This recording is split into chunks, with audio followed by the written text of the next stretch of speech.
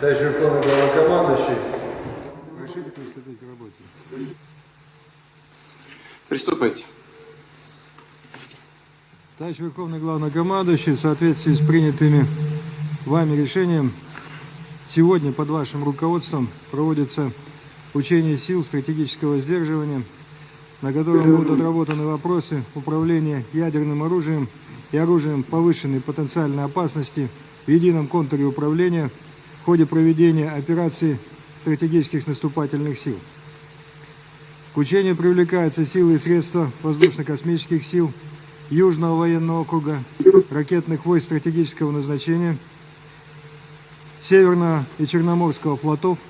Будут продемонстрированы пуски гиперзвуковых аэробаллистических ракет авиационного ракетного комплекса «Кинжал» и противокорабельной гиперзвуковой крылатой ракеты «Циркон».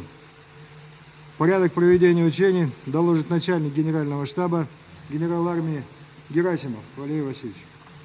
Товарищ Верховный Главнокомандующий, основная цель проводимого учения – отработка действий стратегических наступательных сил по нанесению гарантированного поражения противнику.